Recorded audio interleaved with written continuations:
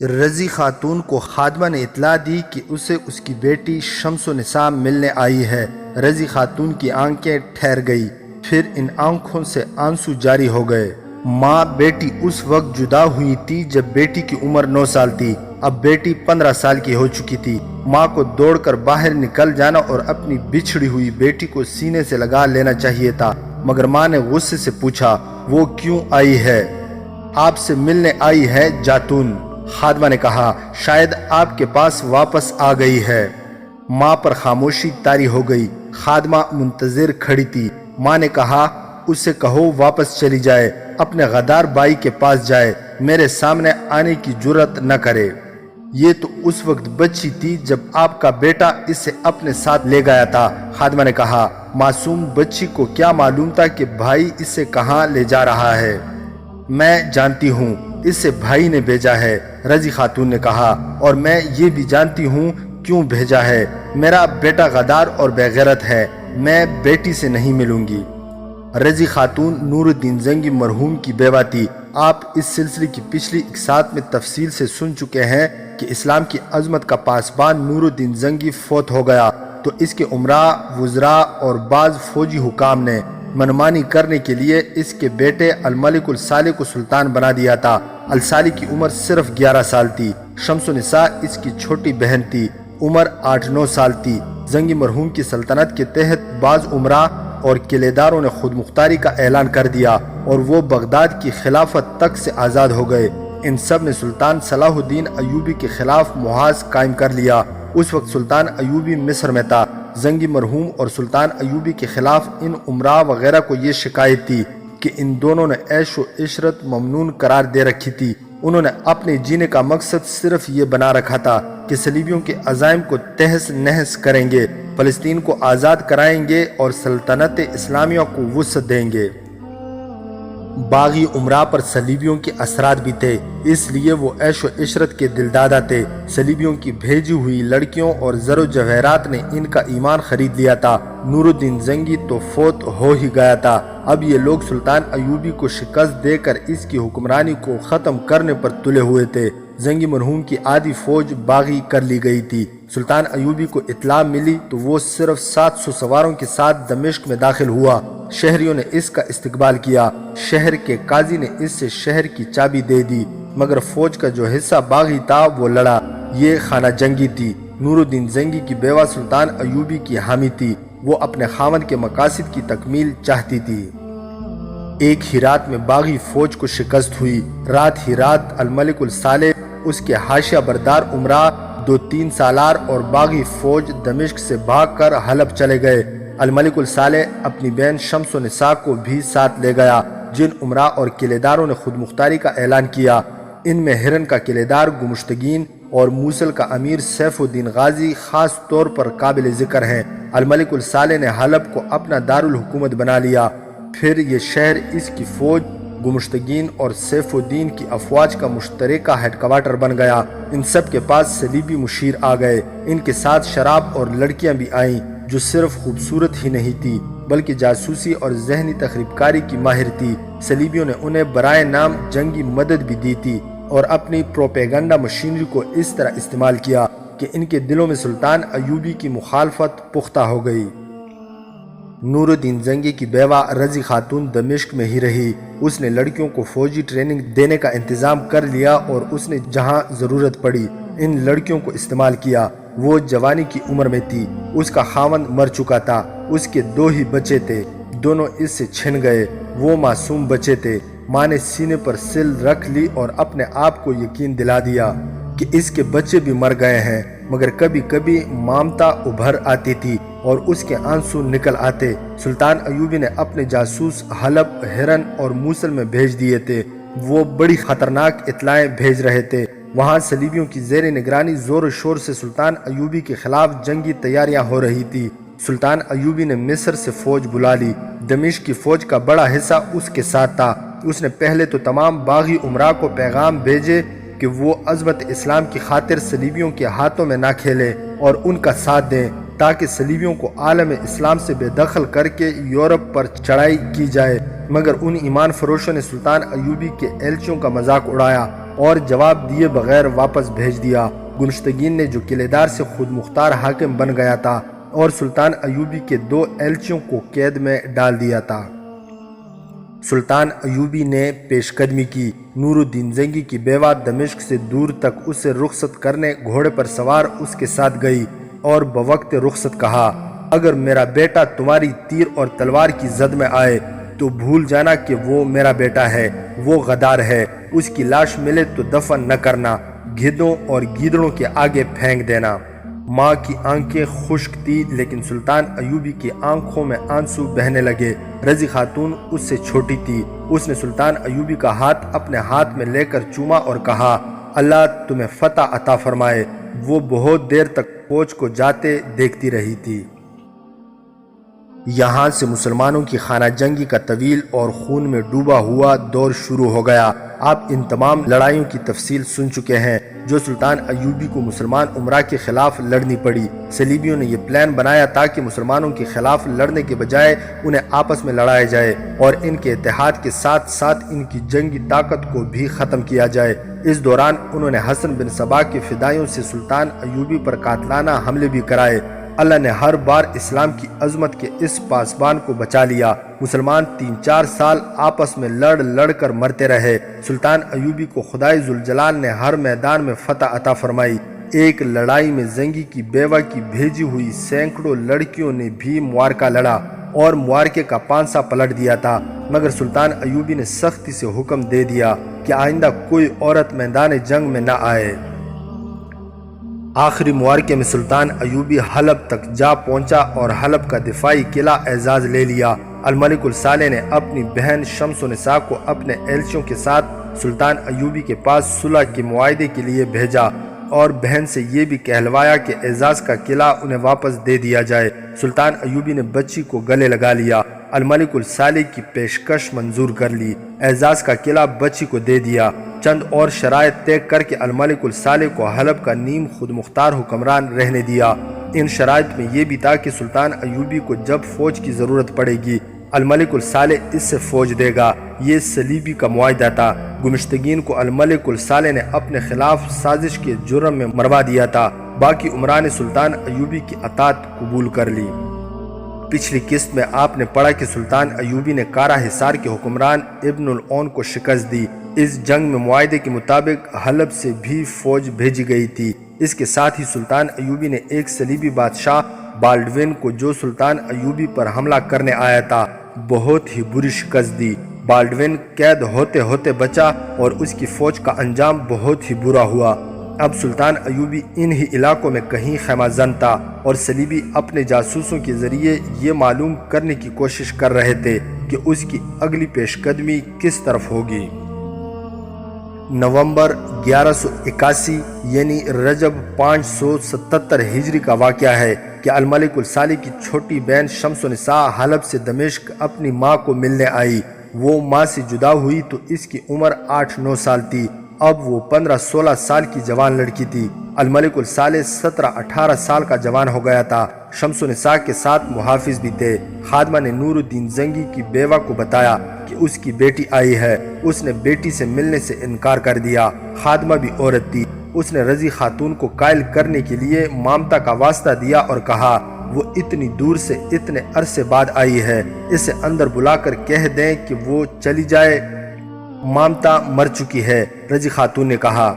اتنے میں کمرے میں ایک نوجوان لڑکی داخل ہوئی۔ اس کے چہرے، بالوں اور کپڑوں پر گرد کی تہ چڑھی ہوئی تھی۔ صاف پتہ چلتا تھا کہ وہ لمبے سفر سے آئی ہے۔ رضی خاتون نے حیران ہو کر اسے دیکھا اور پوچھا تم کون ہو؟ لڑکی خاموش کھڑی رہی۔ خادمہ ایک طرف ہٹ گئی۔ رضی خاتون آہستہ آہستہ آگے بڑھی۔ اس کے بازو اپنے آپ ہی پھیلتے جا رہے تھے۔ اس کے منہ سے سرگوشی نکلی، تم میری بچی ہو شمس النساء، میری شمسی۔ وہ آہستہ آہستہ آگے بڑھتی جا رہی تھی اور کہہ رہی تھی تم اتنی بڑی ہو گئی ہو۔ شمس النساء دروازے کے پاس خاموش کھڑی رہی۔ رضی خاتون اپنی بیٹی سے 2-3 قدم دور رہ گئی تو رک گئی۔ اس کے پہلے ہوئے بازو اس کے پہلوؤں میں گر پڑے، اس کے ہونٹوں سے مسکراہٹ غائب ہو گئی۔ 2-3 قدم آگے جانے کے بجائے وہ 2-3 قدم پیچھے ہٹ آئی۔ اس کے دانت جو مسکرائے تھے غصے سے پسنے لگے۔ ممتا جو اپنے آپ بیدار ہو گئی تھی اپنے آپ بچ گئی۔ تم یہاں کیوں آئی ہو؟ ماں نے دبی موئی مگر قہر بری آواز میں پوچھا۔ ماں، شمس النساء نے روندی ہوئی آواز میں کہا اور بازو پہلا کر آگے بڑھی، میں آپ سے ملنے آئی ہوں۔ میں نے 12 روز کی مسافت 3 دنوں میں طے کی ہے۔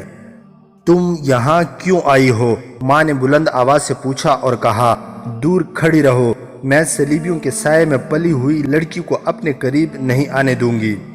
ماں، میری بات سن لو، بیٹی نے منت کی، میرے اوپر جو گرد پڑی ہے اسے دیکھو۔ اس گرد سے مجھے مجاہدین اسلام کے خون کی بو آ رہی ہے۔ ماں نے کہا، یہ ان مجاہدین کا خون ہے جو میرے بیٹے کے فوج کے ہاتھوں شہید ہوئے، یہ خانہ جنگی کا خون ہے۔ ماں، شمس النساء دوڑ کر آگے آئی اور ماں کے قدموں میں گر پڑی، رو رو کر کہنے لگی، بھائی الملک الصالح مر رہا ہے، شاید مر چکا ہو، وہ آپ کو بلا رہا ہے، وہ سخت تکلیف میں ہے، اس نے مجھے بھیجا ہے، اس نے کہا کہ ماں کو لے آؤ، میں اس سے دودھ کی دھاریں اور گناہ بخشواؤں گا۔ میں اس سے دودھ کی دھاریں بخش سکتی ہوں۔ ماں نے کہا، اس سے وہ خون کون بخشے گا جو اس نے مسلمانوں کی اولاد ہو کر مسلمانوں کا بہایا ہے؟ ماں اپنے بیٹی کی غداری کا گناہ نہیں بخش سکتی۔ ماں، وہ آپ کا اکلوتا بیٹا ہے، شمس النساء نے کہا، وہ آپ کے عظیم شوہر کی نشانی ہے، اس نے باپ کی عظمت کو صلیبیوں کے قدموں میں پھینک دیا ہے۔ ماں نے کہا، وہ سلطان ایوبی کے ساتھ صلح کا معاہدہ کر چکا ہے۔ شمس النساء نے کہا، ان کی اب آپس میں کبھی لڑائی نہیں ہوگی۔ کیا تم مجھے حلفیہ بتا سکتی ہو کہ اس کے ہاں کوئی صلیبی موجود نہیں؟ ماں نے گرج کر بیٹی سے پوچھا، کیا اس کے حرم میں کوئی صلیبی اور یہودی لڑکی نہیں؟ وہ اب 18 سال کا جوان ہوگا، اس کے نیچے اب گھوڑا بھی محسوس کرتا ہوگا کہ پیٹھ پر کوئی مرد سوار ہے۔ مجھے یقین دلا دو کہ میرے بیٹے کے دربار سے صلیب کے مکروہ سائے اٹھ گئے ہیں، تو تم نے 12 روز کی جو مسافت 3 دنوں میں طے کی ہے وہ میں 1.5 دن میں طے کر کے اپنے بیمار بیٹے کے پاس پہنچوں گی۔ وہ اب کسی لڑکی کو دیکھنے کے بھی قابل نہیں رہا۔ ماں، بیٹی نے کہا، اس کی زندگی کے لیے دعا کرو۔ میں دعا نہیں کروں گی، ماں نے کہا، اور میں بد دعا بھی نہیں دوں گی۔ اس کی آواز کو جذبات نے دبا لیا، وہ رکت میں دبی ہوئی آواز میں بولی، ماں بد دعا نہیں دیا کرتی، لیکن ماں کی آہوں کو خدائے ذوالجلال نظر انداز بھی نہیں کیا کرتے۔ میں روز محشر ان ہزاروں شہیدوں کی ماؤں، بیویوں اور بیٹیوں کے آگے شرمسار بھی نہیں ہونا چاہتی جو میرے بیٹے کی فوج کے ہاتھوں شہید ہو چکے ہیں۔ میں ان شہیدوں کی مقدس روحوں کو اپنی مامتا کے خون کا خراج دوں گی۔ وہ اپنے گناہوں کی بخشش مانگ رہا ہے ماں، بیٹی نے روتے اور چلاتے ہوئے کہا۔ یہ بھی مجھے فریب نظر آتا ہے، ماں نے کہا، مجھے معلوم ہے کہ سلطان صلاح الدین ایوبی نے حلب کو تحت کر لیا تو اس نے تمہیں صلاح الدین ایوبی کے پاس اعزاز کے قلعے کی بھیک مانگنے کو بھیجا تھا۔ اس عظیم سلطان نے تمہیں اپنی بچی سمجھ کر قلعہ تمہیں بخش دیا تھا۔ الصالح خود سلطان کے سامنے کیوں نہیں آیا تھا؟ اس نے شکست کھا لی تھی تو اسے اپنے گناہوں سے شرمسار ہو جانا چاہیے تھا۔ اسے خود آ کر اپنی تلوار ایوبی کے قدموں میں رکھ دینی چاہیے تھی۔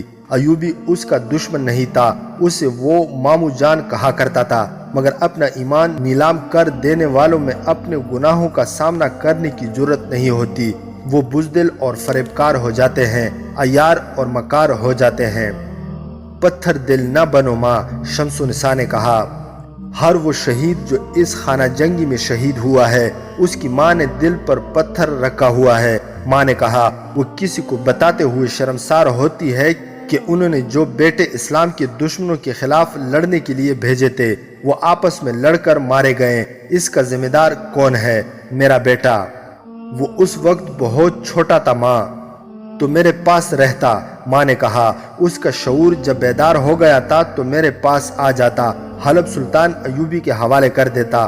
تم چلی جاؤ، تم جلدی چلی جاؤ۔ اگر اسلام کی مائیں جذبات میں الجھ گئی تو اللہ کی راہ میں کوئی بیٹا شہید نہیں ہوگا۔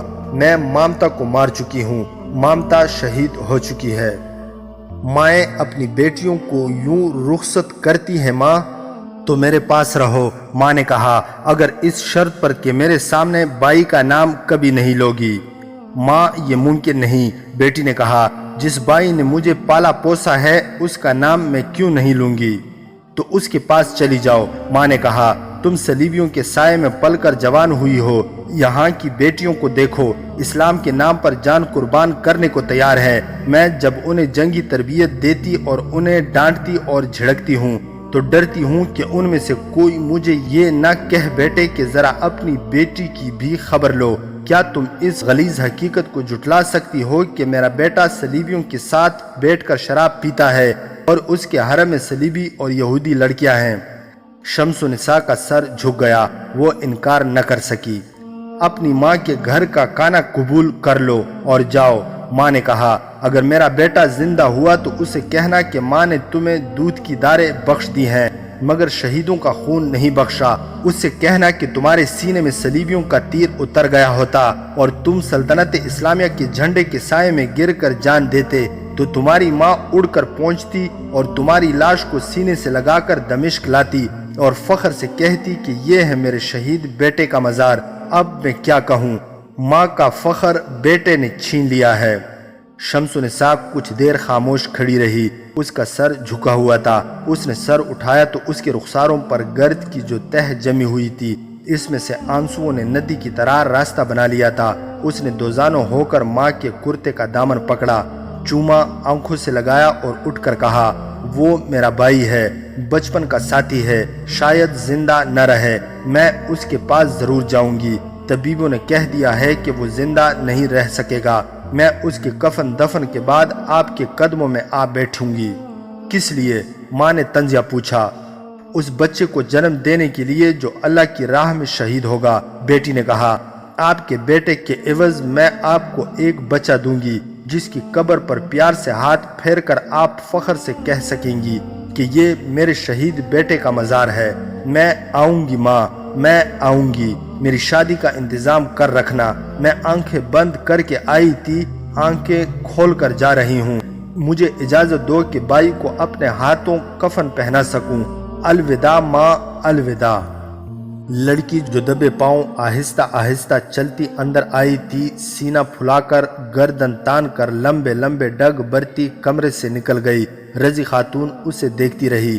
دروازہ بند ہوا تو اس نے بازو پھیلا دیے اور دروازے تک گئی۔ اس کے منہ سے چیخ نکلی، میری بچی۔ اس نے دروازہ ذرا سا کھولا، باہر سے اسے بچی کی آواز سنائی دی جو بڑی ہی گرجدار تھی، بن آزر، تمام سواروں کو جلدی بلاؤ، حلب کو واپسی کے لیے فوراً۔ ذرا سی دیر بعد ماں نے ذرا سے کھلے ہوئے کواڑ میں سے دیکھا، اس کی بیٹی گھوڑے پر سوار 8 سواروں کے آگے چلی جا رہی تھی جو اس کے حکم پر تیز ہو گئے۔ رضی خاتون نے کواڑ بند کر دیا اور اس کی ہچکی بند گئی۔ خادمہ اندر آئی تو رضی خاتون نے روتے ہوئے کہا وہ بھوکی چلی گئی ہے۔ یہ نومبر 1181 کا واقعہ ہے جب ماں بیٹی کی ملاقات ہوئی تھی۔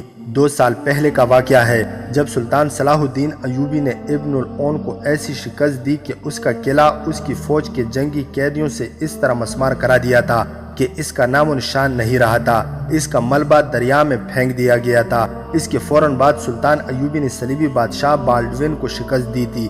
یہ دراصل ایک مسلمان جاسوس کا کارنامہ تھا۔ اس نے سلطان ایوبی کو بروقت اطلاع دے دی تھی کہ فوج فلاں پہاڑی مقام پر گھات میں بیٹھی ہے۔ آپ نے ان دونوں جنگوں کی تفصیلات پچھلی قسطوں میں سنی ہے۔ یہ بالڈوین کی دوسری پسپائی اور پٹائی تھی۔ اس سے پہلے وہ سلطان ایوبی کے بھائی العادل سے ایسی ہی شکست کھا چکا تھا۔ اب سلطان ایوبی نے اسے اٹھنے کے قابل نہیں رہنے دیا تھا، لیکن وہاں وہ اکیلا صلیبی بادشاہ نہیں تھا۔ عالم اسلام میں کئی صلیبی افواج موجود تھی۔ ان کے حکمران دل سے ایک دوسرے کے خلاف تھے، لیکن ان کا دشمن مشترکہ تھا، اس لیے وہ ایک دوسرے کی مدد کرتے تھے۔ ہر ایک کے دل میں یہی تھا کہ وہ اکیلا زیادہ سے زیادہ علاقوں پر قابض ہو جائے۔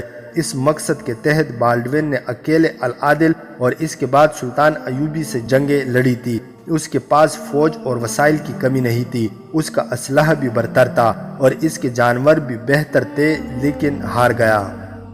کچھ عرصہ ہوا تو اسے بکھری ہوئی فوج اکٹھی کرنے میں لگ گیا۔ اس دوران اسے اطلاع ملی کہ سلطان ایوبی ابن العون کو بھی شکست دے کر اس کی بادشاہی اور جنگی طاقت کمزور کر آیا ہے۔ ابن العون آرمینی تھا، آرمینی صلیبیوں کے دوست تھے۔ ان کی شکست صلیبیوں کے لیے اچھی خاصی چوٹ تھی۔ اس کے ساتھ ہی اسے اطلاع ملی کہ ابن العون کی سلطنت تل خالد اور اس کے قلعے دار حصار پر قبضے میں سلطان ایوبی کی فوج کے ساتھ الملک الثانی کی فوج کے دستے بھی تھے، تو وہ بے چین ہو گیا۔ یہ تو اسے اور دوسرے صلیبی حکمرانوں کو پتہ چل چکا تھا کہ سلطان ایوبی نے الملک الثانی کو شکست دے کر اپنا خود مختار امیر بنا لیا ہے، مگر انہیں یہ توقع تھی کہ الثانی اس معاہدے پر عمل نہیں کرے گا۔ یہ الثانی کی خصلت تھی، وہ بظاہر سلطان ایوبی کے تابع ہو گیا تھا، مگر اس نے صلیبیوں کے ساتھ مراسم نہیں توڑے تھے۔ اب بالڈوین کو پتہ چلا کہ الثانی نے سلطان ایوبی کو فوج دی تھی، تو وہ یروشلم چلا گیا، جہاں صلیبی بادشاہوں کا ہیڈ کوارٹر بن گیا تھا۔ دوسرا ہیڈ کوارٹر اقرا تھا۔ کیا آپ کو معلوم ہے کہ مسلمان پھر متحد ہو رہے ہیں؟ بالڈوین نے صلیبی حکمران اور جرنیلوں کی کانفرنس میں کہا۔ الملک الثانی کو آپ لوگ اپنا اتحادی سمجھتے رہے اور اس نے اپنی فوج صلاح الدین ایوبی کو دے دی تھی۔ ابن العون کی شکست ہماری شکست ہے، فلپ آگسٹس نے کہا۔ اگر آپ گھات میں بیٹھنے کے بجائے ابن العون کی مدد کو پہنچتے، صلاح الدین ایوبی پر عقب سے حملہ کر دیتے تو شکست اس کی ہوتی۔ یہ کسی کو بھی معلوم نہیں تھا کہ سلطان صلاح الدین ایوبی نے اپنا راستہ بدل کر تل خالد کی طرف کر لیا ہے۔ اس طرح یہ مجھے بھی معلوم نہ ہو سکا۔ یہ آپ کے نظام جاسوسی کی کوتاہی ہے، گے آف لوزینان نے کہا۔ ہم بہت دور تھے، دیکھ بھال اور جاسوسی کا انتظام آپ کو کرنا چاہیے تھا۔ آپ قریب تھے، سلطان ایوبی کی فوج آپ کے قریب سے گزر گئی، آپ کو پتہ نہ چل سکا، آپ گھات میں چھپے رہے۔ مجھے معلوم نہیں تھا کہ میرے ساتھ ایک مسلمان جاسوس ہے، بالڈوین نے کہا۔ میں اسے بے ضرر آدمی سمجھتا رہا، وہ میرا قیدی تھا، مگر بھاگ گیا اور سلطان ایوبی کو گھات کی خبر دے دی۔ لیکن اب یہ سوچنا ہے کہ ایوبی اور الثانی کا معاہدہ اور اتحاد کس طرح توڑا جائے۔ کیا آپ مسلمانوں کی کمزوریوں کو بھول گئے ہیں یا انہیں نظر انداز کر رہے ہیں؟ ایک اور صلیبی بادشاہ نے کہا۔ اس وقت الثانی بچا تھا جب ہم نے اس کے مشیروں، امیروں اور سالاروں کو تحفے، تحائف اور عیاشی کا سامان دے کر اپنے ہاتھ میں لے لیا تھا۔ اب وہ جوان ہو گیا ہے، اس سے اب ہاتھ میں لینا زیادہ آسان ہے۔ اپنا حربہ استعمال کریں اور مخصوص تحفہ اپنے ایلچی کے ہمراہ بھیج دیں۔ اگر آپ جنگی قوت سے اسے ساتھ ملانے کی سوچ رہے ہیں تو یہ خیال ذہن سے نکال دے۔ سلطان ایوبی کی فوج اس علاقے میں موجود ہے، العادل بھی اپنی فوج کے ساتھ یہی ہے۔ الثانی کے پاس اپنی فوج کے علاوہ ہرن اور موصل کی فوج بھی ہے۔ اگر آپ نے حلب پر حملہ کیا تو سلطان ایوبی تمام افواج کی کمان اپنے ہاتھ میں لے لے گا۔ اگر اس نے ہم پر فتح حاصل نہ کی تو یہ نقصان ضرور ہوگا کہ الثانی آپ کے ہاتھ سے ہمیشہ کے لیے نکل جائے گا۔ ہمیں فلسطین کا دفاع کرنا ہے۔ ہم نے اپنی افواج کو مختلف جگہوں پر پھیلا دیا ہے اور دیکھ رہے ہیں کہ صلاح الدین ایوبی کدھر کا رخ کرتا ہے اور اس کے عزائم کیا ہیں۔ ان حالات میں ہم آپ کی مدد نہیں کر سکیں گے، آپ اپنے طور پر الثانی کو ہاتھ میں لے لیں۔ 1181 میں والی موصل سیف الدین غازی مر گیا، اس کی جگہ عز الدین مسعود نے امارت سنبھال لی۔ اسی سال سلطان صلاح الدین ایوبی کا بھائی شمس الدولہ توران شاہ سکندریہ میں فوت ہو گیا۔ سلطان ایوبی مصر چلا گیا، وہاں کے حالات پھر بگڑنے لگے تھے۔ وہ اپنی فوج اپنے بھائی العادل کی زیر کمان پیچھے چھوڑ گیا تھا۔ پھر 1181 کا سال آ گیا۔ بالڈوین نے اپنی فوج کی کمی پوری کر لی تھی، اسے ٹریننگ بھی دے لی تھی۔ اس نے اپنی فوج کو سلطان ایوبی کی چالوں کے مطابق جنگی مشقیں بھی کرائی تھی۔ وہ اگلی جنگ کے لیے تیار تھا، لیکن الملک الثانی کو وہ اپنے ہاتھ میں لینا چاہتا تھا۔ الثانی اب بچہ نہیں، جوان تھا۔ سلطنت کے کاروبار کو وہ سمجھنے لگا تھا۔ اس کی کمزوری اس کے مشیر اور سالار تھے، جو درپردہ صلیبیوں کے حامی تھے۔ جیسا کہ بتایا جا چکا ہے کہ اس نے سلطان ایوبی کے ساتھ صلح کر لی تھی، مگر اس کے دماغ سے ابھی بادشاہی کا خبر نکلا نہیں تھا۔ وہ خود مختار حکمران بننے کے خواب دیکھ رہا تھا۔ ایک روز اسے اطلاع ملی کہ صلیبی بادشاہ بالڈوین کا ایلچی آیا ہے۔ اس نے فوراً اسے اندر لانے کی اجازت دے دی۔ یہ ایلچی ذہنی تخریب کاری کا ماہر اور انسانی نفسیات کی کمزوریوں سے واقف تھا۔ اس نے الملک الصالح کو بتایا کہ وہ کچھ تحفے بھی لایا ہے۔ تحفوں میں ایک تو بیش قیمت ہیروں اور جواہرات اور سونے کے سکوں کا بکس تھا، 2 تلواریں تھی، 50 اعلیٰ نسل کے گھوڑے تھے اور ایک لڑکی تھی۔ الصالح نے باہر جا کر گھوڑے دیکھے، ہیرے اور جواہرات دیکھے، لیکن جس تحفے پر اس کی نظریں جم کر رہ گئی وہ لڑکی تھی۔ وہ بہت دیر لڑکی کو ہی دیکھتا رہا۔ اس کی اٹھتی جوانی کی تمام تر کمزوریاں ایک جادو بن کر اس کی عقل پر غالب آ گئی۔ ایلچی نے اس کے ہاتھ میں بالڈوین کا پیغام دیا جو عربی زبان میں لکھا ہوا تھا۔ اس نے کچھ دیر تو پیغام کی طرف دیکھا ہی نہیں۔ لڑکی اس کے خوابوں سے زیادہ حسین تھی۔ ایلچی نے پیغام کھول کر اس کے آگے رکھا۔ اس نے پڑھا۔ بالڈوین نے لکھا تھا: عزیز الملک الصالح والی حلب، میں ایلچی اور تحفوں کے بجائے اپنی فوج بھیج سکتا تھا، لیکن میں آپ کے خلاف ہتھیار اٹھانے کی ضرورت محسوس نہیں کرتا۔ آپ میرے دوست اور میرے بچے ہیں۔ ہم نے آپ کی مدد اس وقت کی جب آپ بچے تھے اور صلاح الدین ایوبی آپ کی سلطنت پر قابض ہونے کے لیے آ گیا تھا۔ ہمیں افسوس ہے کہ گمشتگین اور سیف الدین نے آپ کو دوستی کے دھوکے میں رکھا۔ ہم بھی اس دھوکے کو نہ سمجھ سکے۔ اگر آپ اکیلے ہوتے تو آپ کی فوج کبھی شکست نہ کھاتی۔ آپ نے دیکھ لیا ہے کہ گمشتگین کس قدر فریب کار تھا۔ آپ کو اسے سزائے موت دینی پڑی۔ سیف الدین نے بھی آپ کو ہمیشہ دھوکے میں رکھا۔ وہ حلب پر قبضہ کرنا چاہتا تھا۔ یہ ہم تھے جنہوں نے اسے ان عزائم سے باز رکھا۔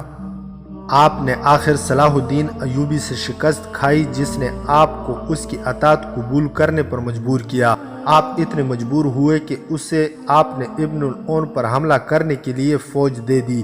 میں اچھی طرح جانتا ہوں کہ آپ جیسا غیور جنگجو اپنی یہ توہین برداشت نہیں کر سکتا، مگر آپ تنہا تھے۔ میں خود جنگ و جدل میں الجھا رہا، ورنہ آپ کی مدد کو پہنچتا۔ اب میں آپ کی طرف توجہ دینے کے قابل ہو گیا ہوں۔ آپ نہ بھولے کہ صلاح الدین ایوبی نے آپ کو ایسی خود مختاری دی ہے جس کا مطلب غلامی ہے۔ وہ آپ کو آہستہ آہستہ غلام بنا رہا ہے۔ اس نے عز الدین کی مدد کے لیے آرمینیوں کو شکست دی اور اسے اپنے احساس کی زنجیروں میں جکڑ لیا ہے۔ تمام چھوٹے چھوٹے امراء اس کی اطاعت قبول کر چکے ہیں۔ اب اس کی نظر آپ کے علاوہ موصل اور ہرن پر ہے۔ ذرا غور کرے کہ وہ مصر سے ہمارے خلاف لڑنے کے لیے فوج لایا تھا، لیکن اس نے تل خالد پر جا حملہ کیا اور آپ سے بھی فوج لے لی۔ وہ پھر مصر چلا گیا ہے۔ اس کے جانے کا جو مقصد ہے وہ ہمارے جاسوس ہمیں بتا چکے ہیں۔ وہ بے بہا خزانہ لے کر گیا ہے جو وہ قاہرہ اپنے خزانے میں رکھ کر واپس آئے گا۔ اس نے آپ کو کیا دیا؟ آپ کی فوج کو اس نے مال غنیمت میں کتنا حصہ دیا ہے؟ اس نے یروشلم کی طرف پیش قدمی کیوں نہیں کی؟ کیا آپ کو کسی نے بتایا ہے کہ آرمینیوں کی کتنی لڑکیاں وہ اپنے ساتھ لے گیا ہے؟ ان سوالوں کو اپنے ذہن میں الٹ پلٹ کریں۔ آپ پر صلاح الدین ایوبی کے کردار اور اس کی نیت کی اصل حقیقت واضح ہو جائے گی۔ آپ کے ساتھ ہماری کوئی دشمنی نہیں۔ ہم اس خطے میں امن و امان قائم کرنے آئے ہیں۔ ہم یہ بھی جانتے ہیں کہ سلطان ایوبی یہاں سے ہمیں بے دخل کر کے یورپ پر حملہ کرنے اور اپنی سلطنت کو وسعت دینے کی سوچ رہا ہے۔ آپ کو اور دوسرے امراء کو وہ اپنی ہتھیلی کے سکے سمجھتا ہے۔ اگر آپ نے اپنے دفاع کا انتظام نہ کیا تو آپ کا نام و نشان مٹ جائے گا۔ ہم یہاں یورپ کے دفاع کے لیے لڑ رہے ہیں۔ اگر آپ میری بات سمجھ گئے ہیں تو مجھے جواب دیں۔ میں اپنے مشیر بھیجوں گا جو آپ کی مالی اور جنگی ضروریات کا جائزہ لے کر مجھے بتائیں گے۔ میں نے جو گھوڑے بھیجے ہیں یہ تحفہ ہے۔ میں آپ کی فوج کے لیے ایسے سینکڑوں گھوڑے بیچ سکتا ہوں۔ یورپ سے ہم نے جدید ہتھیار منگوائے ہیں، وہ آپ کو دے دیے جائیں گے۔ آپ صلاح الدین ایوبی کے ساتھ کیا ہوا معاہدہ نہ توڑیں، درپردہ معاہدہ توڑ دیں اور اپنے دفاع کی تیاری کریں۔ ہم آپ کے ساتھ ہیں۔ الملک الصالح کے نوجوان اعصاب پر یہودیوں کی اتنی حسین اور دلکش لڑکی نے پہلے ہی قبضہ کر لیا تھا۔ پیغام کے الفاظ جادو کی طرح اس کے دل میں اترتے گئے۔ اس نے ایلچی کے آرام اور خوراک کا ایسا انتظام کرنے کا حکم دیا جیسے بالڈوین خود آ گیا ہو۔ پھر اس نے اپنے آپ کو لڑکی کے حوالے کر دیا۔ اس نے اس سے زیادہ خوبصورت لڑکیاں بھی دیکھی تھی، لیکن اس لڑکی کا جو انداز تھا اور اس کی جو مسکراہٹ تھی، اس نے اس کے حسن میں طلسماتی اثر پیدا کر رکھا تھا۔ الصالح اندھا ہو گیا۔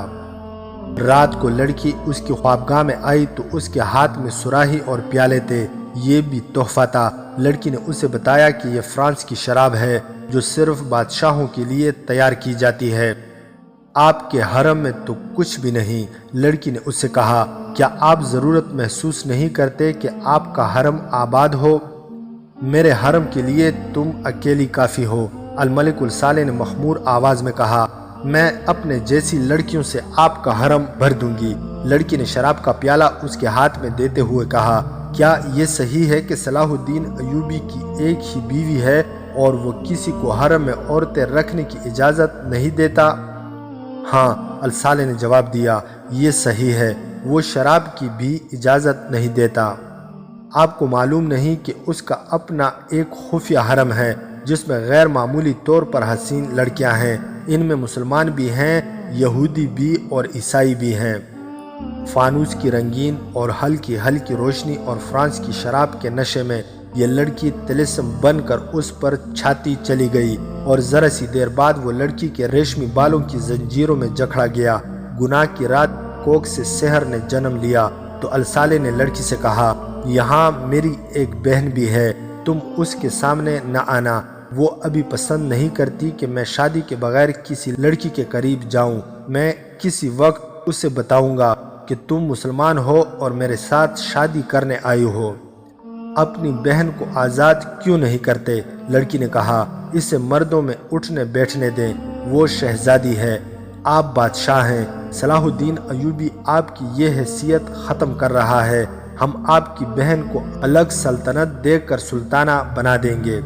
الملک الصالح تصوروں میں بادشاہ بن گیا۔ کیا خبر لائے ہو؟ بالڈوین نے شراب کے نشے میں بدمست لہجے میں اپنے ایلچی سے پوچھا۔ کیا میں کبھی ناکام بھی لوٹا ہوں؟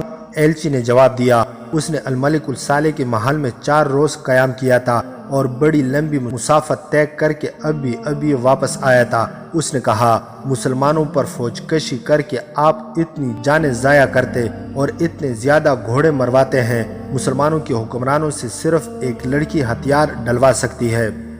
صرف لڑکی نہیں، بالڈوین نے کہا، مسلمان کو اگر لڑکی کا صرف تصور دے دو تو وہ اپنے نیک و بد کو بھول کر اس تصور کا ہو جاتا ہے۔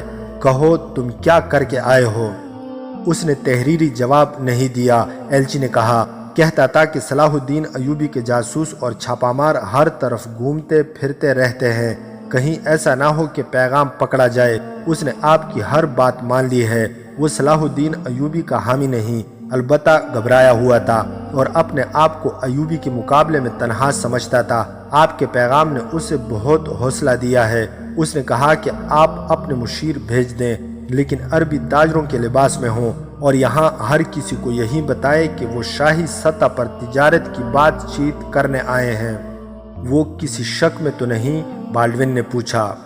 آپ نے اسے یہودیوں کا جو تحفہ بھیجا ہے اس نے کسی شک کی گنجائش نہیں رہنے دی۔ ایلچی نے جواب دیا، میں نے وہاں 4 روز قیام کیا ہے، اس دوران میں اس کے سالاروں سے ملتا رہا ہوں اور اس کے دوسرے حاکموں سے بھی ملا ہوں۔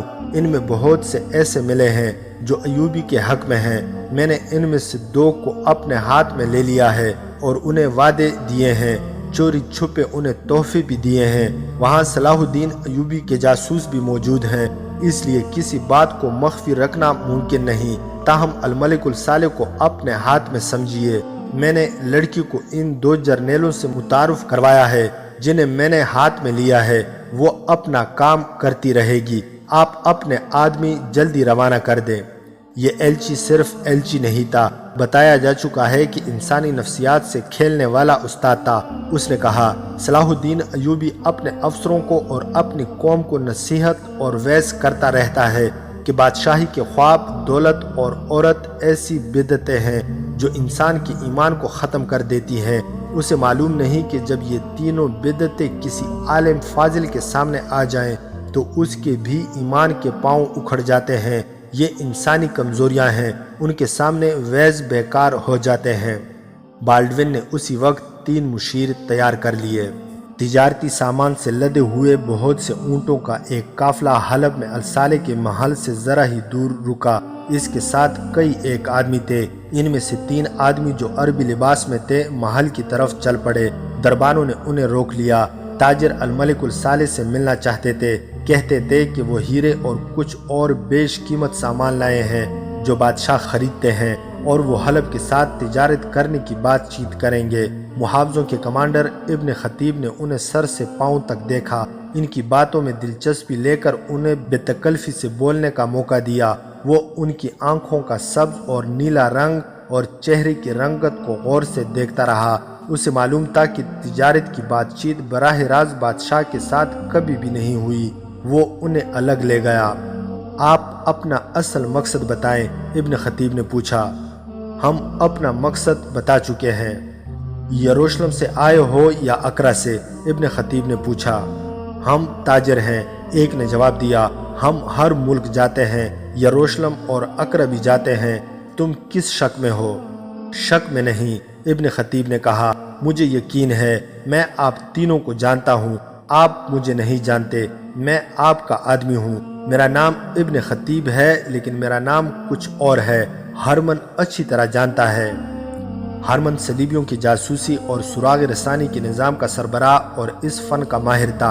ابن خطیب نے کوئی خفیہ لفظ بولا جو صلیبیوں کے جاسوس ایک دوسرے کی شناخت کے لیے بولا کرتے تھے۔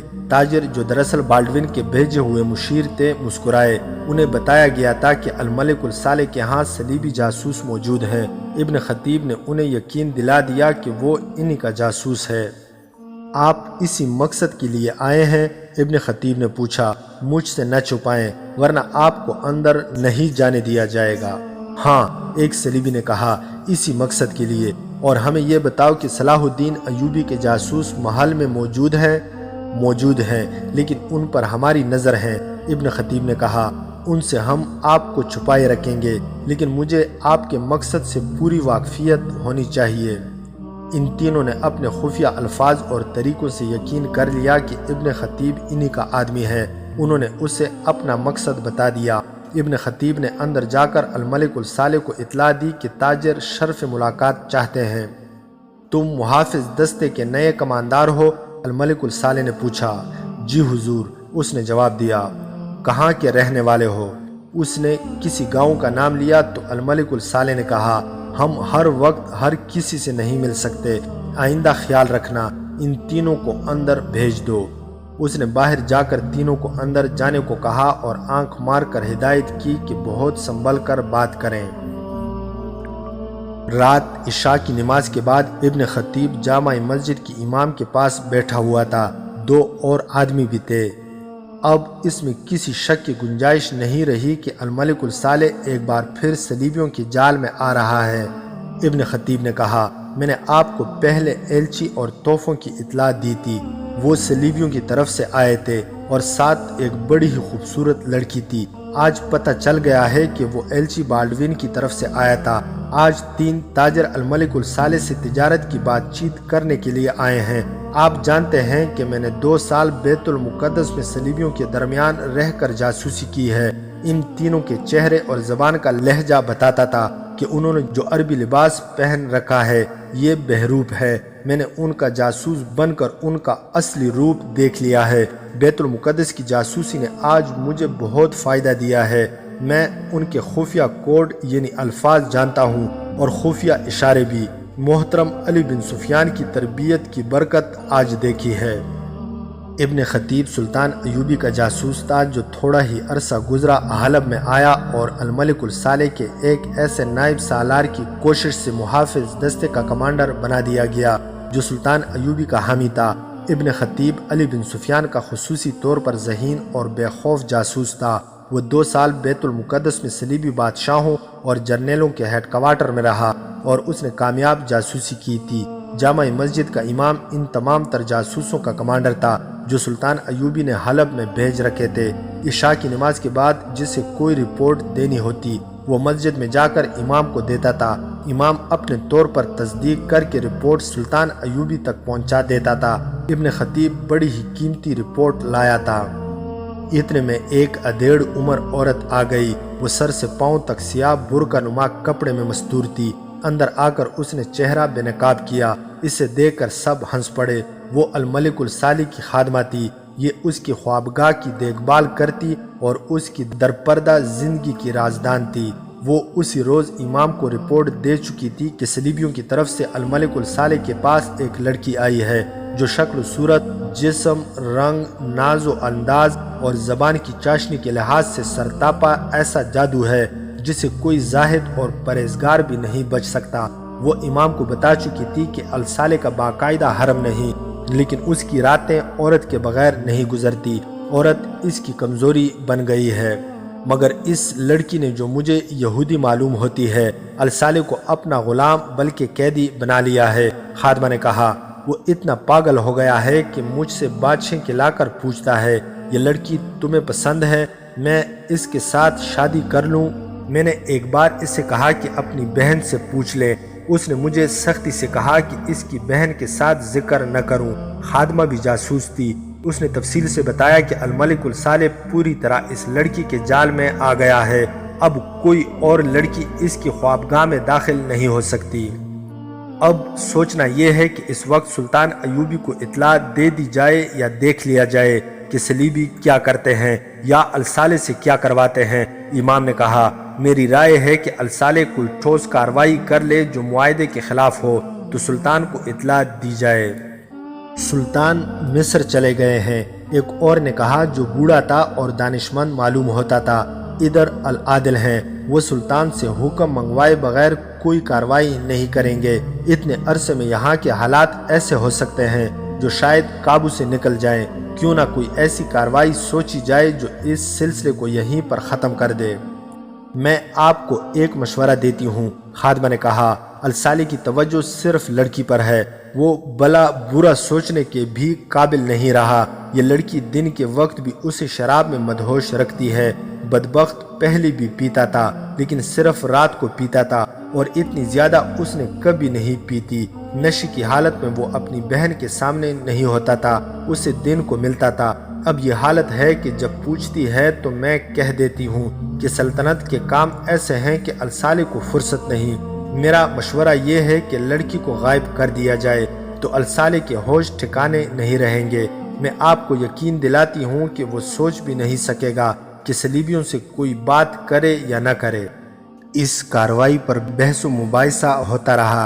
ابن خطیب نے کہا کہ وہ تاجروں کو بھی غائب کر سکتا ہے۔ یہ فیصلہ ہوا کہ موقع دے کر پہلے لڑکی کو غائب کیا جائے، مگر یہ کام آسان نہیں تھا بلکہ ناممکن تھا۔ تاہم انہوں نے اسی کارروائی کا فیصلہ کر لیا۔ یہ نومبر 1181 کے دن تھے۔ اونٹوں کا قافلہ باہر رکا رہا، لوگ خرید و فروخت کرتے رہے۔ تینوں صلیبی مشیر عربی تاجروں کے بحث میں الصالح سے ملتے ملاتے رہے۔ وہ اپنی شرائط خفیہ طور پر طے کر رہے تھے۔ 16-17 نومبر یعنی کہ 7-8 رجب 577 ہجری کی رات الصالح نے بہت بڑی ضیافت کا اہتمام کیا جس کی بظاہر کوئی وجہ نہیں تھی، لیکن درپردہ اس ضیافت کی تقریب یہ تھی کہ صلیبی مشیروں کے ساتھ الصالح نے خفیہ معاہدہ کر لیا تھا جس کا علم صرف 2 سالاروں کو تھا۔ رات کی ضیافت میں سینکڑوں مہمان تھے، ان میں صلیبی مشیر بھی تھے جو ابھی تک عربی تاجروں کے لباس میں تھے۔ ان کے قافلے کے شتربان بھی اس میں مدعو تھے، لیکن وہ شتربانوں کی حیثیت سے ضیافت میں نہیں آئے تھے۔ ان میں دراصل شتربان کوئی بھی نہیں تھا، ان میں بعض جاسوس تھے اور باقی صلیبی فوج کے افسر۔ ضیافت میں یہودی لڑکی بھی تھی اور الصالح کی بہن بھی، مگر اسے انتظامات کی دیکھ بھال سونپی گئی تھی۔ اس رات محافظ دستی کی پابندیاں بھی کم ہو گئی تھی۔ مہمانوں کا ریلا چلا آ رہا تھا، کوئی خطرہ نہیں تھا۔ کم از کم الصالح کو خطرہ محسوس نہیں ہو رہا تھا۔ شراب کا دور چل رہا تھا، سالم بکرے روسٹ کیے گئے تھے، وسیع میدان میں کناتے اور شامیانے لگائے گئے تھے۔ جوں رات گزرتی جا رہی تھی ضیافت کا رنگ نکھرتا آ رہا تھا، ہر طرف مہمانوں کی چہل پہل تھی۔ یہودی لڑکی ادھر ادھر پھدکتی پھر رہی تھی۔ وہ کسی سے مل کر آ رہی تھی کہ اسے خادمہ نے روک لیا اور کسی سالار کا نام لے کر کہا کہ وہ کسی ضروری بات کے لیے بلا رہا ہے۔ لڑکی کو معلوم تھا کہ وہ اس کا اپنا آدمی ہے۔ وہ ادھر چلی گئی اور پھر واپس نہیں آئی۔ الصالح کو ابھی پتہ نہیں چلا تھا کہ لڑکی غائب ہو گئی ہے۔ ابن خطیب اس رات ڈیوٹی پر نہیں تھا۔ اس نے 3 تاجروں میں سے ایک کے ساتھ بات کرنے کا موقع پیدا کر لیا اور کہا، آپ تینوں یہاں سے نکلے ورنہ مارے جائیں گے، بہت بڑا خطرہ ہے۔ سلطان ایوبی کے چھاپا ماروں کو اطلاع ملی ہے کہ مہمانوں کے بحث میں یہاں موجود ہیں۔ اس نے اسے ایک جگہ بتا کر کہا کہ تینوں وہاں آ جائیں، آگے انہیں لے جا کر چھپانے کا انتظام کر لیا گیا ہے۔ اب ہمیں یہاں سے نکلنا ہی ہے۔ صلیبی نے کہا، ہمارا کام ہو چکا ہے، پھر جلدی نکلیں۔ ابن خطیب نے کہا، ورنہ صبح تک آپ کی لاشیں یہاں سے نکلیں گی۔ اس صلیبی نے یہ بات اپنے ساتھیوں کے کانوں میں جا ڈالی اور وہ ایک ایک کر کے وہاں سے اس طرح نکلے کہ کسی کو شک نہ ہو۔ اگر وہ محل کے اندر ہوتے تو نکلتے دیکھے جا سکتے تھے۔ وہ میدان تھا، اندھیرے راستے سے گئے۔ آگے ابن خطیب 3 گھوڑوں کے ساتھ کھڑا تھا، خود بھی گھوڑے پر سوار تھا۔ ضیافت میں رقص و سرور اور مہمانوں کا اتنا شور تھا کہ کسی کو 4 گھوڑوں کے قدموں کی آواز نہ سنائی دی، اور الصالح کو علم ہی نہ ہو سکا کہ اس کے خصوصی مہمان فرضی خطرے سے بھاگ کر حقیقی خطرے میں چلے گئے ہیں۔ آبادی سے دور ایک جھونپڑا نما مکان تھا، تینوں صلیبی اس میں بیٹھے تھے۔ ابن خطیب خدا کا شکر ادا کر رہا تھا کہ ان کی جانیں بچ گئی ہیں۔ انہوں نے اپنے شتربانوں کے متعلق فکر کا اظہار کیا۔ ابن خطیب نے انہیں تسلی دی کہ سب کو نکال لیا جائے گا۔ اس نے ان سے پوچھا کہ وہ اسے بتا کر جائیں کہ کیا معاملہ طے ہوا ہے تاکہ وہ اس کے مطابق چوکنا رہے۔ انہوں نے اسے بتایا کہ الصالح کو درپردہ جنگی سامان اور گھوڑے دیں گے، اس کی فوج کو ٹریننگ دیں گے، جاسوس دیں گے، اور جب وہ سلطان ایوبی کے خلاف لڑے گا تو صلیبی فوج سلطان ایوبی پر عقب سے حملہ کرے گی۔ مختصر یہ کہ الصالح سلطان ایوبی کے ساتھ کیا ہوا معاہدہ توڑ دے گا، لیکن اس وقت توڑے گا جب صلیبی اسے اشارہ دیں گے۔ اب ہمیں روانہ ہو جانا چاہیے، ایک صلیبی نے پوچھا۔ ہاں، ابن خطیب نے کہا، آپ کی روانگی کا وقت آ گیا ہے، میرے ساتھ آؤ۔ ابن خطیب نے کمرے کا دروازہ کھولا، یہ دوسرا دروازہ تھا۔ اس نے تینوں سے کہا کہ چلو۔ وہ کمرہ تاریک تھا۔ تینوں اسی کمرے میں گئے تو پیچھے سے ایک کی گردن کے گرد ایک بازو لپٹ گیا اور ایک ایک خنجر ہر ایک کے دل میں اتر گیا۔ کمرے کے ایک کونے میں ایک گہرا گڑھا پہلے ہی کھود لیا گیا تھا، تینوں کو اس میں پھینک دیا گیا۔ اسی کمرے کے ایک کونے میں یہودی لڑکی بیٹھی ہوئی تھی جو اندھیرے میں کسی کو نظر نہیں آتی تھی۔ اس کے ہاتھ پاؤں بندھے ہوئے تھے اور منہ میں کپڑا ٹھونسا ہوا تھا۔ اسے بھی ضیافت سے خادمہ کے ذریعے بلا کر کامیابی سے اغوا کر لیا گیا تھا۔ کمرے میں ابن خطیب کے علاوہ 5 آدمی تھے۔ انہوں نے لڑکی کے ہاتھ پاؤں کھول دیے اور منہ سے کپڑا نکال دیا۔ لڑکی اپنے صلیبیوں کا حشر دیکھ چکی تھی۔ اس نے کہا کہ مجھے دوسرے کمرے میں لے چلو۔ اسے وہاں لے گئے۔ وہاں ایک دیا جل رہا تھا۔ کیا تم نے مجھ سے زیادہ خوبصورت لڑکی کبھی دیکھی ہے؟ لڑکی نے پوچھا۔ کیا تم نے ہم سے زیادہ ایمان والے کبھی دیکھے ہیں؟ ابن خطیب نے کہا، ہم تمہیں اتنی مہلت نہیں دیں گے کہ تم الصالح کی طرح ہمارے ایمان بھی خرید سکو۔ میں اپنی جان کی بخشش مانگ رہی ہوں۔ لڑکی نے کہا، مجھے تم لوگ پسند نہیں کرتے، تو بتاؤ کتنا سونا مانگتے ہو؟ صبح تمہارے قدموں میں رکھ دوں گی، پھر میں یہاں سے یروشلم چلی جاؤں گی۔ ابن خطیب نے اپنے ساتھیوں کی طرف دیکھا۔ اس نے 2 ساتھیوں کے چہروں پر عجیب سے تاثرات دیکھے۔ ابن خطیب نے بڑی تیزی سے خنجر نکالا اور لڑکی کے دل میں اتار دیا۔ وہ گری تو اسے بالوں سے پکڑ کر گھسیٹتا ہوا دوسرے کمرے میں لے گیا اور گھڑے میں پھینک دیا۔ سب نے مل کر گھڑا مٹی سے بھر دیا۔ امام کو رات کو ہی اطلاع دے دی گئی کہ کام مکمل کر دیا گیا۔ ادھر الصالح تینوں صلیبیوں اور لڑکی کے متعلق کہہ رہا تھا کہ بہت دیر سے نظر نہیں آئے۔ آدھی رات کے کچھ دیر بعد جب آخری مہمان بھی رخصت ہو گیا تو وہ اپنے ہم رازوں سے یہی پوچھ رہا تھا کہ وہ کہاں ہیں۔ وہ کبھی بھی نہ ملے۔ وہ لڑکی کے لیے بے قرار ہو رہا تھا۔ اس نے خادمہ کی جان کھا لی۔ باقی رات نہ خود سویا نہ اس نے اپنے ذاتی ملازموں کو سونے دیا۔ خادمہ نے امام سے کہا کہ لڑکی کے بغیر وہ ہوش کھو بیٹھے گا۔ اس کی رائے صحیح ثابت ہوئی، وہ تو پاگل ہوا جا رہا تھا۔ صبح اس کی حالت پاگلوں سے بھی بدتر تھی۔ اس نے اپنے 2 ہمراز سالاروں کو اپنے سامنے کھڑا کر رکھا تھا۔ انہوں نے ابن خطیب کو بلایا اور پوچھا کہ اس نے ایک لڑکی اور عربی تاجروں کو باہر جاتے تو نہیں دیکھا؟ میں نے انہیں دیکھا تھا۔ ابن خطیب نے کہا میں اپنے دستے کے ساتھ باہر مستعد کھڑا تھا۔ آدھی رات سے پہلے تینوں تاجر باہر آئے، ان کے ساتھ ایک خوبصورت لڑکی تھی۔ وہ چلے گئے اور اندھیرے میں غائب ہو گئے۔ مجھے دوڑتے گھوڑوں کے قدموں کی آوازیں سنائی دی تھی، میں نے انہیں واپس آتے نہیں دیکھا۔ وہ سالار بھی جو سلطان ایوبی کا حامی تھا آ گیا۔ اسے معلوم تھا کہ صلیبی اور لڑکی کہاں ہے۔ اس نے الصالح کو صلیبیوں کے خلاف بھڑکانا شروع کر دیا۔ اس نے کہا وہ اتنی خوبصورت لڑکی کو کبھی آپ کے پاس نہیں چھوڑنا چاہتے تھے۔ انہوں نے آپ کو دھوکہ دے کر آپ سے کوئی بڑا ہی نازک راز حاصل کر لیا ہے۔ یہ شاید آپ کو بھی معلوم نہیں کہ وہ کیا راز ہوگا۔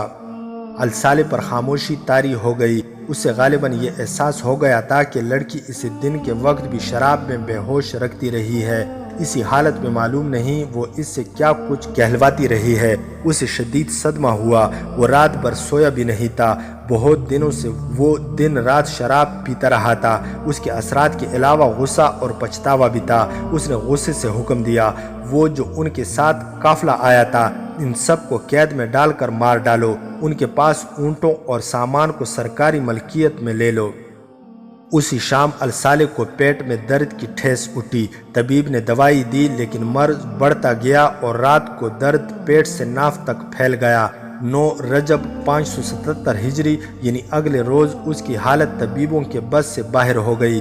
طبیب ہر لمحہ اس کے پاس موجود رہنے لگے مگر افاقہ ہونے کے بجائے درد بڑھتا گیا۔ رات بھی ایسے ہی گزری۔ دوسرے دن اس پر غشی طاری ہونے لگی۔ طبیبوں نے اسے تو نہ بتایا، سالاروں وغیرہ کو بتایا کہ الصالح کا جانبر ہونا مشکل ہے۔ جامع مسجد کی امام کو بلا لیا گیا۔ اس نے سرہانے بیٹھ کر قرآن خوانی شروع کر دی۔ رات کو الصالح نے آنکھ کھولی، امام کو دیکھا اور مری ہوئی آواز میں کہا اگر قرآن برحق ہے تو اس کی برکت سے مجھے صحت یاب کرو۔ میں یہ کہنے سے نہیں ڈروں گا کہ آپ قرآن کے احکام کی خلاف ورزی کرتے رہے ہیں۔ امام نے کہا قرآن کی برکت ان کے لیے ہے جو اس کے ہر فرمان پر عمل کرتے ہیں۔ خدا سے گناہوں کی بخشش مانگے، اپنی ماں سے گناہوں کی معافی مانگے۔ اسی وقت اس کی بہن شمس النساء پاس کھڑی رو رہی تھی۔ الصالح کے منہ سے نکلا ماں، میری ماں کو بلاؤ، اسے کہو کہ تمہارا گنہگار بیٹا مر رہا ہے، آ کر دودھ کی دھارے اور گناہ بخش دو۔ امام نے شمس النساء کی طرف دیکھا۔ اس نے بائی کے ماتھے پر پیار سے ہاتھ پھیر کر کہا ابھی دمشق کے لیے روانہ ہو جاتی ہوں، ماں کو لے کر آؤں گی۔ وہ تیز تیز قدم اٹھاتی باہر نکل گئی۔ تھوڑی ہی دیر بعد وہ اپنے محافظوں کے ساتھ دمشق کے راستے پر جا رہی تھی۔ قاضی بہاؤالدین شداد اپنی یادداشتوں میں لکھتا ہے 13 رجب کے روز الصالح کی حالت اتنی بگڑی کہ قلعے کے دروازے بند کر دیے گئے۔ الصالح نے ذرا ہوش میں آ کر عز الدین کو اپنا جانشین مقرر کیا۔ عز الدین سیف الدین کے مرنے کے بعد موصل کا والی بنا تھا۔ وہ موصل میں تھا، اب اسے حلب کا والی بھی بنا دیا۔ الصالح نے تمام امراء اور سالاروں کو بلا کر کہا کہ وہ حلف اٹھائیں کہ عز الدین کو اپنا والی تسلیم کرتے ہیں اور اس کے وفادار رہیں گے۔ سب نے حلف اٹھایا۔ 25 رجب 577 ہجری الملک الصالح غشی کے عالم میں فوت ہو گیا۔ موصل کو قاصد دوڑا دیا گیا کہ عز الدین کو کہہ کر بلا لائے کہ اسے حلب کا والی مقرر کیا گیا ہے۔ جس وقت شمس النساء دمشق میں اپنی ماں کے قدموں میں بیٹھی ماں سے کہہ رہی تھی کہ اس کا اکلوتا بیٹا مر رہا ہے اور دودھ کی دھارے بخشوانے کے لیے اسے بلا رہا ہے، اور ماں نے کہا تھا کہ میں دودھ کی دھارے بخش دوں گی، اس کے گناہ اللہ بخشے گا، اس وقت الصالح فوت ہو چکا تھا۔ شمس النساء حلب واپس گئی تو اس کے اکلوتے بھائی کا جنازہ قلعے سے نکل رہا تھا۔ عز الدین کو قاصد نے الصالح کی موت کا پیغام دیا تو وہ اسی وقت روانہ ہو گیا۔ راستہ چھوٹا کرنے کے لیے وہ کسی اور راستے سے جا رہا تھا۔ راستے میں اس کا گزر سلطان ایوبی کے بھائی العادل کی فوج کی خیمہ گاہ سے ہوا۔ وہ العادل سے ملنے رک گیا۔ العادل کو معلوم نہیں تھا کہ الصالح مر گیا ہے۔ عز الدین نے اسے یہ خبر سنائی اور یہ بھی کہ اسے حلب کا والی مقرر کیا گیا ہے۔ العادل نے اس سے کہا تم آئندہ خانہ جنگی کو روک سکتے ہو اور حلب کو دمشق سے ملا سکتے ہو، غدار مر گیا ہے، تم تو ایمان فروش نہیں۔ عز الدین گہری سوچ میں کھو گیا۔ کچھ وقت بعد اس نے العادل سے کہا ہاں، میں حلب اور دمشق کو ایسے رشتے میں جکڑ سکتا ہوں جو کبھی نہیں ٹوٹے گا، لیکن اسے مضبوط بنانے کے لیے تم ایک کام بلکہ میری خواہش پوری کر سکتے ہو۔ میں نور الدین زنگی مرحوم کی بیوہ سے شادی کرنا چاہتا ہوں، اگر وہ عظیم عورت مان جائے تو میں آج ہی دمشق چلا جاؤں گا۔ العادل نے کہا، مجھے امید ہے وہ مان جائے گی۔ العادل دمشق گیا، رضی خاتون کو یہ خبر سنائی کہ اس کا بیٹا مر گیا ہے، اللہ اس کے گناہ معاف کرے۔ ماں نے کہا۔ کچھ دیر بعد العادل نے کہا کہ الصالح نے عز الدین کو اپنا جانشین مقرر کیا ہے اور عز الدین نے اس کے ساتھ شادی کی خواہش ظاہر کی ہے۔ رضی خاتون نے انکار کر دیا، یہ شادی آپ کی اور عز الدین کی نہیں ہوگی۔ العادل نے کہا، یہ دمشق اور حلب کی شادی ہوگی، اس سے آئندہ خانہ جنگی رک جائے گی اور صلیبیوں کے خلاف محاذ مستحکم ہو سکے گا۔ عظمت اسلام کے لیے میں ہر قربانی کے لیے تیار ہوں۔ رضی خاتون نے کہا، میری ذاتی خواہشیں مر چکی ہیں۔ 5 شوال 11 فروری 1182 عز الدین اور رضی خاتون کی شادی ہو گئی۔ داستان ایمان فروشوں کی اگلی قسط آپ لوگ ہماری نیکسٹ ویڈیو میں ملاحظہ کر سکتے ہیں۔ مزید حقیقی اور تاریخی واقعات کے لیے اس چینل کو سبسکرائب کرنا نہ بھولیے گا۔